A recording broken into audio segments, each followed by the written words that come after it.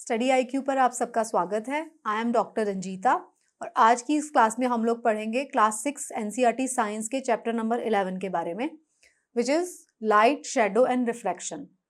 तो अगर आप इससे पहले वाले चैप्टर्स के बारे में क्लास 6 एनसीईआरटी के चैप्टर 1 से लेकर 10 के बारे में पढ़ना चाहते हैं तो I will share Telegram link.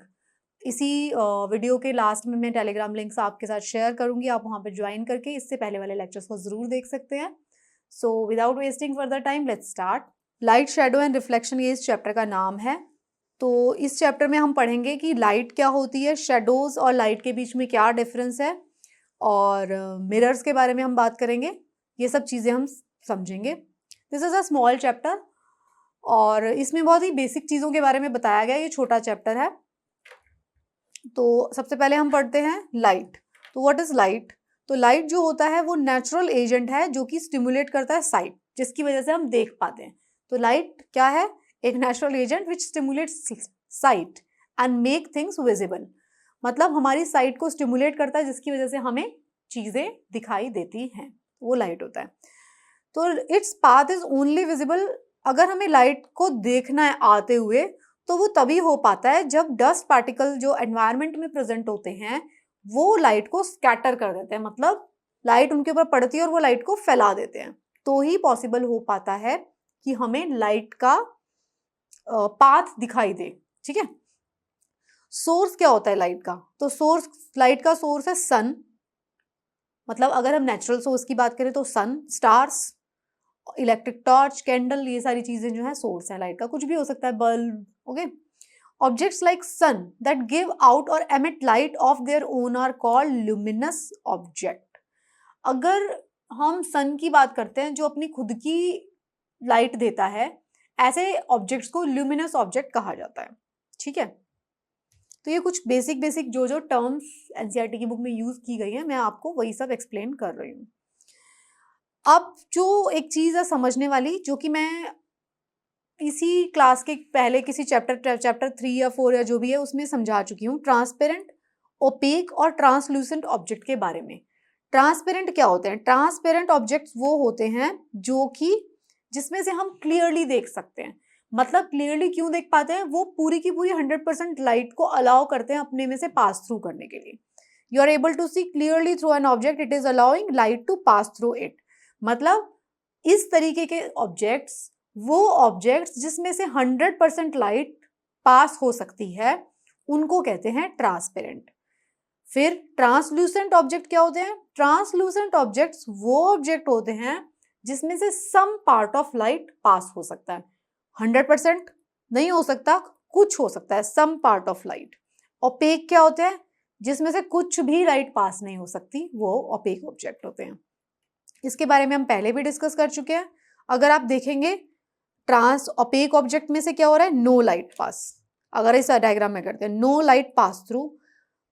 Translucent में से कुछ लाइट चली जाती है, थोड़ी ब्लॉक हो जाती है, थोड़ी चली जाती है। ट्रांसपेरेंट में से 100% पास करती है लाइट। तो इन्हीं ऑब्जेक्ट को हम बोलते हैं translucent, opaque and transparent object. ये सिंपल कॉन्सेप्ट था। फिर हम बात करते हैं शेडोज के बारे में कि शेडोज क्या होते हैं? परछाई। शेडो क्या होती है? शेडो, परछाई क्या होती है? इज अ डार्क कलर की रियल इमेज होती है। देखो ये रियल इमेज होती है, ये मिरर इमेज नहीं है, है ना। इसमें शेडो में क्या होता है? जो आपका राइट साइड है वो राइट ही होता है, लेफ्ट साइड लेफ्ट ही होता है, वो शेडो होती है। Area where light from a light source is blocked by an opaque. और बनती कब है? अगर मान लीजिए कोई ट्रांसपेरेंट ऑब्जेक्ट आ गया लाइट के सामने तो लाइट 100% निकल जाएगी। ओपेक ऑब्जेक्ट आ गया तो थोड़ी निकल जाएगी, थोड़ी रह जाएगी, बट सॉरी ट्रांसलूसेंट होगा तो। लेकिन ओपेक ऑब्जेक्ट अगर सामने होगा तो क्या होगा? पूरी की पूरी लाइट ब्लॉक हो जाएगी। तो पूरी जो लाइट ब्लॉक होगी तब क्या बनेगी? शेडो। और शेडो क्या होती है? रियल इमेज होती है। It occupies all of the 3 dimensional volume behind an object with the light in front of it. जो भी ऑब्जेक्ट है उसके सामने जो लाइट पड़ती है उसके वजह से वो उसके पूरे 3 डायमेंशनल पार्ट पे पड़ती है ना। लेकिन उसकी जो शेडो बनती है वो क्या बनती है? 2 डायमेंशनल। मतलब बॉडी जिसके ऊपर शेडो पड़ रही है वो तो 3 डायमेंशनल बॉडी होती है। 3 डायमेंशनल का मतलब क्या है? जिसके अंदर x axis, y axis, z axis तीनों है। मतलब जैसे कि समझते हैं ना 3 डायमेंशन का क्या मतलब होता है, जैसे पेपर, पेपर क्या होता है 2 डायमेंशनल ऑब्जेक्ट है, लेकिन अगर पेपर की जगह पर आप बॉल रखते हैं ना, उसको मोटी भी है, मतलब सरफेस पे भी है और मोटी भी है, फोन उसकी एक हाइट भी है ना, तो वो 3 डायमेंशनल है, 3D ऑब्जेक्ट। तो 3D ऑब्जेक्ट के ऊपर शेडो पड़ रही है, वो ओपेक ऑब्जेक्ट है, लेकिन जो शेडो होती है वो तो 2 डायमेंशनल होती है। और a reverse projection of the object blocking the light, वो उसका क्या है, रिवर्स प्रोजेक्शन है, बट क्या है, रियल है। Okay, shadow gives us some information about the shape of the object, ये तो हम जानते हैं, जिस भी आप ऑब्जेक्ट जिसके ऊपर शेडो पड़ रही है उसके हिसाब से समझ सकते हैं ना ये यहाँ पे सामने क्या ऑब्जेक्ट होगा। अच्छा, अगर हम इसी की बात करते हैं तो एक फॉर्म ऑफ पपेट्री होती है, मतलब पपेट्री होती है कठपुतली, कठपुतली की एक टाइप होती है, इंडिया में प्रैक्टिस होती है। This is a question for you, थोड़ा सा अपने दिमाग के ऊपर जोर डालिए, आर्ट एंड कल्चर।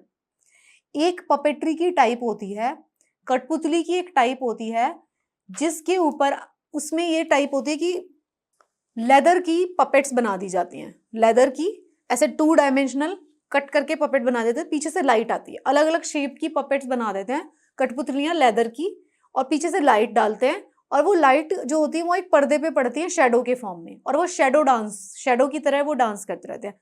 उस आर्ट फॉर्म का क्या नाम है, ये आप मुझे बताइएगा, जिस किसी को भी पता है। मतलब इट इज इंटरेस्टिंग, और ये इंपॉर्टेंट क्वेश्चन भी है एग्जाम पॉइंट ऑफ व्यू से, PCS, UPSC, SSC सभी के लिए इंपॉर्टेंट है। चलो, अभी हम शेडोज की बात कर रहे थे, तो शेडो में आप ये देखिए, ये पॉइंट सोर्स है, मतलब यहाँ से लाइट आ रही है, लाइट रेज यहाँ पे आ रही है, ये ओपेक ऑब्जेक्ट है, और ये मान लीजिए स्क्रीन हमने लिया तो स्क्रीन के ऊपर शेडो बन जाएगी।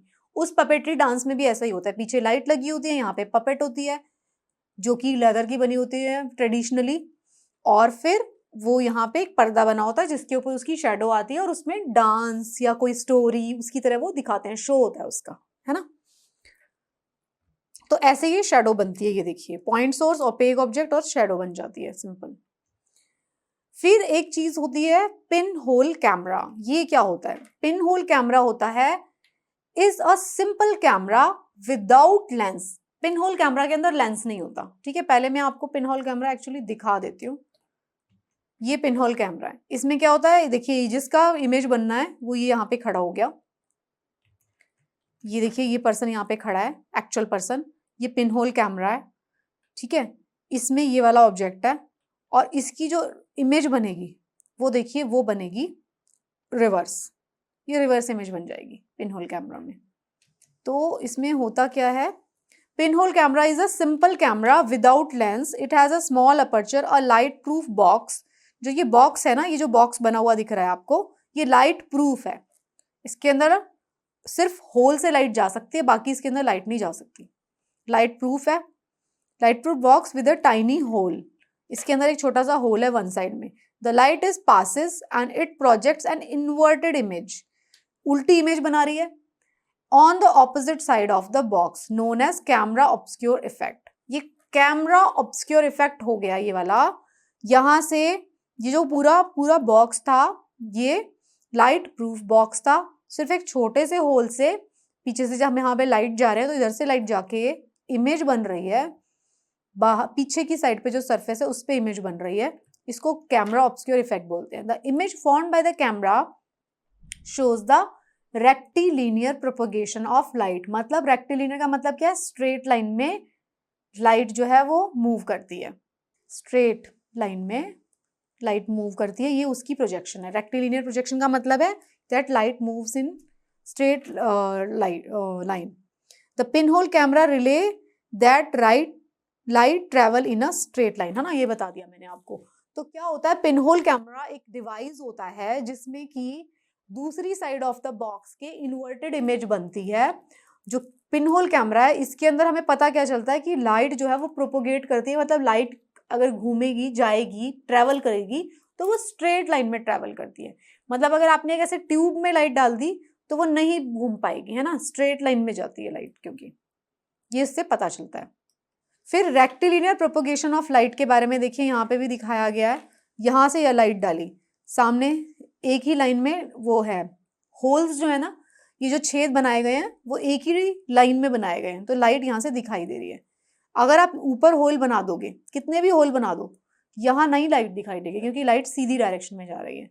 सिमिलरली मैंने बोला था कि अगर आप एक ऐसी कर्व ट्यूब ले लेंगे, अगर आप एक ऐसे ट्यूब ले लेंगे, ऐसे घूमी हुई है ना, यहां से आप टॉर्च से लाइट फेंकेंगे तो आपको क्या लगता है यहां पे लाइट दिखाई देगी? नो, क्योंकि लाइट जो है ऐसे टकरा के यहीं तक ब्लॉक हो जाएगी, नहीं दिखाई देगी। तो क्योंकि लाइट जो क्या करती है, लाइट जो मूव करती है वो एक स्ट्रेट लाइन में मूव करती है। Fine.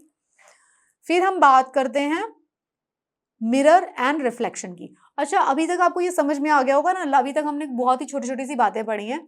OPEC, transparent and translucent object के बारे में पढ़ी है। फिर हमने बात की है कि लाइट जो है वो स्ट्रेट डायरेक्शन में मूव करती है, जिसमें हमने पिन होल कैमरा के बारे में बात की है, शेडोज के बारे में बात की है, परछाइयाँ, परछाइयाँ जो होती है क्या होती है, रियल इमेज होती हैं, सॉरी, परछाइयों के बारे में हमने बात की ना, रियल इमेजेस होती हैं। फिर हमने पिन होल कैमरा के बारे में बात की, इसका मतलब लाइट स्ट्रेट डायरेक्शन में चलती है। अब हम बात कर रहे हैं मिरर एंड रिफ्लेक्शन के बारे में। तो क्या होता है, when a ray of light falls on a smooth and polished surface, light returns back in the same medium, it is called reflection। देखिए, जब आप एक शीशे के सामने खड़े हो जाइए, अगर आप उसके ऊपर टॉर्च मारेंगे तो ऐसे लाइट वापस आएगी, तो क्या होता है, इसको रिफ्लेक्शन कहते हैं।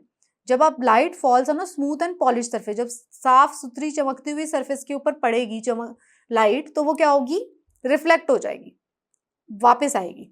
मिरर क्या होता है, mirror is a surface usually consist of a glass. देखो यूजुअली लिखा है, तो मिरर किस चीज के हो सकते हैं, अगर ग्लास के नहीं होते तो और किस चीज के हो सकते हैं, तो किसी भी चमकने वाली मेटल के मिरर्स हो सकते हैं। और पुराने जमाने में इन मेडिवल इंडिया क्या होता था, सिल्वर के मिरर्स बनाए जाते थे या किसी और मेटल्स के, उनको बिल्कुल चमका के पॉलिश करके उसके मिरर्स बना दिए जाते थे। दैट मिरर होता क्या है वैसे, जो रिफ्लेक्ट करता है लाइट को, जब भी उसके ऊपर लाइट पड़ेगी तो वो उसको रिफ्लेक्ट कर देगा। और मिरर्स वो इसीलिए बनाए जाते थे ताकि उनको लाइट वाली प्लेस में रख दिया जाता था, ऐसे एंगल्स बना के कि जो अंदर होते थे, जो फोर्ट हो गया या किसी के घर हो गए, तो ताकि वहां तक लाइट आ सके, लाइट रिफ्लेक्ट करके। अब आप देखिए, इसमें एक दिखाया गया है, यहाँ से लाइट पड़ रही है, इस मिरर में लाइट फेंकी जा रही है और ये रिफ्लेक्ट होके इधर पहुंच गई है। तो यही जो टेक्निक थी, इसको मेडिवल टाइम में यूज किया जाता था, जो ऐसे बिल्डिंग्स होते थे उसमें लाइट पहुंचाने के लिए जिसमें कि डायरेक्ट सनलाइट नहीं जा रही है। तो ऐसे बिल्डिंग्स में लाइट पहुंचाने के लिए मिरर के रिफ्लेक्शन टेक्निक का यूज किया जाता था। अभी भी अगर आप जाएंगे अजंता अलोरा के, अगर आप केव्स को देखने के लिए जाएंगे तो वहां पे आप देखेंगे, वहां पे डायरेक्ट लाइट नहीं यूज की जाती, क्योंकि अलोरा में जो पेंटिंग्स हैं वो बहुत प्रेशियस पेंटिंग है, वो उसकी रेस से खराब हो सकती है। तो जब आपको कुछ कुछ गुफाओं में आप देखेंगे तो जो पर्सन होंगे वो रिफ्लेक्टेड जो सरफेस से बाहर लेके खड़े होंगे ताकि अंदर वाली जगहों पे लाइट पड़ जाए। ठीक है, पहले तो ऐसा होता था, आई होप अभी भी ऐसा हो रहा होगा। तो मिरर और उसकी रिफ्लेक्शन टेक्निक का यूज किया जाता है ऐसी जगहों पर लाइट पहुंचाने के लिए जहां पर यूजुअली सन की लाइट नहीं जा पाती है। ठीक है, तो आप ये समझ गए हैं। हाँ, तो इस चैप्टर में, ये चैप्टर मैंने बोला कि बहुत छोटा चैप्टर था, इसमें सिर्फ कुछ कुछ चीज़ों के बारे में इंट्रोडक्टरी चीज़ें बताई गई थी। जो एक्चुअल मिरर के जो एडवांस टेक्निक्स हैं वो क्लास 7 में आने वाली हैं, जिसमें कि हम कॉन्वेक्स क्या होता है, कॉनकेव मिरर क्या होता है, उससे किस तरीके के प्रोजेक्शंस बनते हैं, ये सारी चीज़ें हम सीखेंगे। This was a very basic class lecture. तो इसमें हमने जल्दी से देख लेते हैं कि क्या क्या पढ़ा इस चैप्टर में। तो इस चैप्टर में हमने शेडोज के बारे में पढ़ा, ट्रांसलूसेंट, ओपेक और ट्रांसपेरेंट ऑब्जेक्ट्स के बारे में पढ़ा, हमने पिन होल कैमरा के बारे में पढ़ा, फिर हमने देखा रेक्टिलिनियर प्रोपगेशन होता है लाइट का, ये हमने देखा, मिरर और रिफ्लेक्शन के बारे में पढ़ा। So this was a very small chapter. I hope आपको समझ में आया होगा। इस चैप्टर के स्लाइड्स को देखने के लिए you can join this Telegram channel. अगर आप मुझे कांटेक्ट करना चाहते हैं तो you can send me a mail on this email ID. You can follow me on Instagram as well. So this was a small chapter. I hope you have understood. Thank you so much for watching and best of luck for your preparation.